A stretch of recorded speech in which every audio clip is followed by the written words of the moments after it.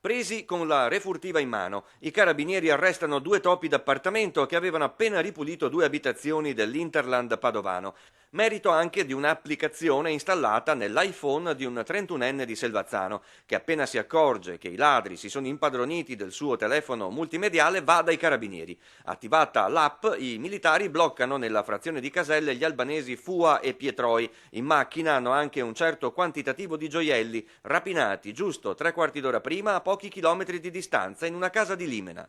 Dei bei risultati contro dei reati che richiamano molto l'attenzione, che creano molto allarme sociale e finalmente insomma abbiamo dato delle risposte giuste anche alle paure della gente. Ma i carabinieri di Padova mettono a segno il 2-0 a Maserà, sempre a pochi chilometri dal capoluogo, ma dalla parte opposta della città. Recuperano 6,5 etti di cocaina e arrestano 3 nigeriani, una donna e 2 uomini. Da tempo tenevano d'occhio un appartamento dove dentro effettivamente hanno trovato la donna con 23 ovuli di cocaina per mezzo chilo. I 2 uomini presenti erano molto agitati, troppo. Dopo una radiografia allo stomaco è emerso che avevano ingoiato degli ovuli di cocaina per altri 150 grammi. Normalmente siamo abituati a delle taglie, diciamo, di ovuli standardizzate che vanno sui 25 grammi ad ovulo.